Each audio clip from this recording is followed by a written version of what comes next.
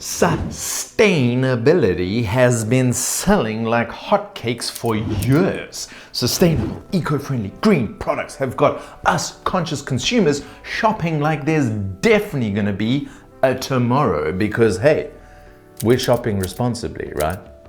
Right? Hello, everybody.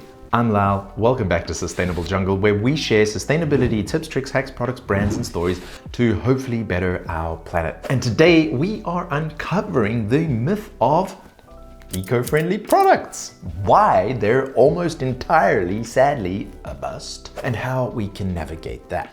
And if you like or are interested in learning more about sustainability, or in this case, unsustainability, then please do hit the like button, subscribe button, notification button for more evidence-based green, not greenwashing content. So let's set the stage with a common scenario of an eco-warrior or anyone who is just trying to be a conscious consumer. Power to you.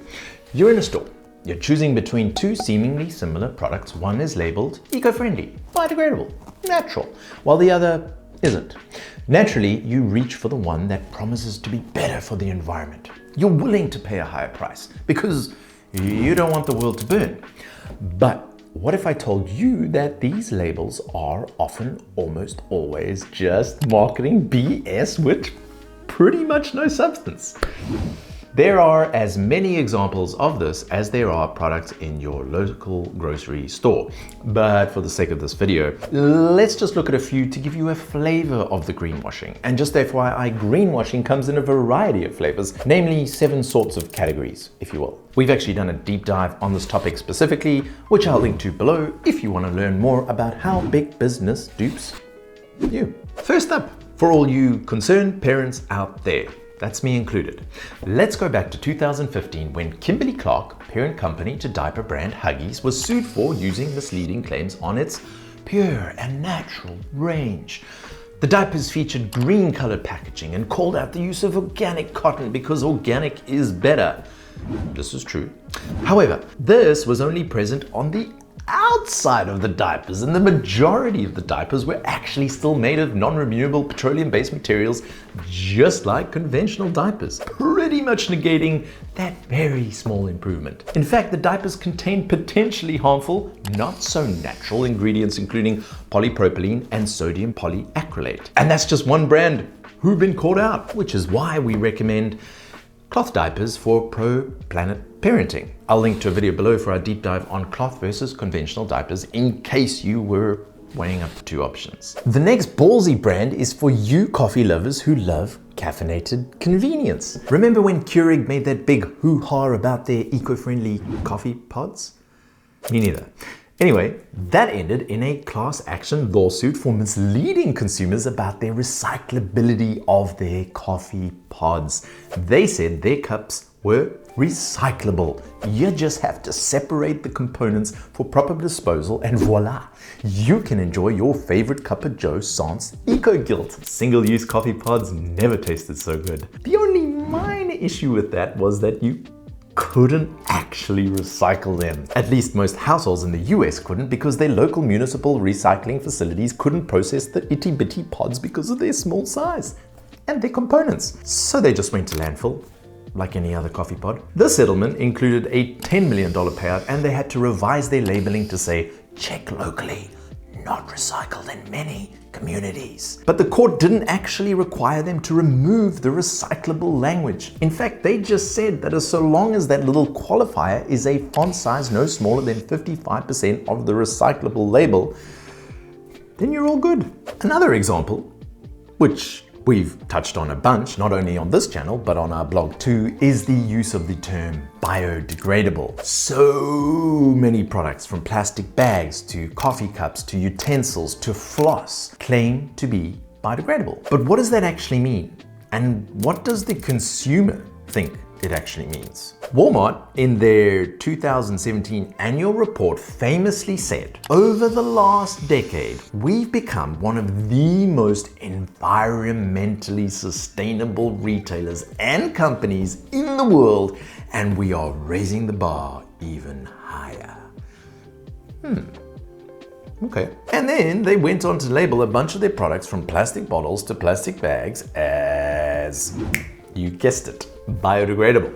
Now, even if you don't technically know what biodegradable or compostable means, you'd probably raise an eyebrow when those terms are used in the same sentence as plastic bags and plastic bottles. And that's the right response, because those claims were patently misleading, violating California law. While yes, they may have broken down a little faster than conventional plastics in the natural environment, like, I don't know, 350 years as opposed to 400. But to say that they are biodegradable made consumers think their impact was significantly better. But in reality, the environmental benefits were negligible at best, and the products had to be sent to specific industrial composting facilities, which pretty much very few people have access to in the US.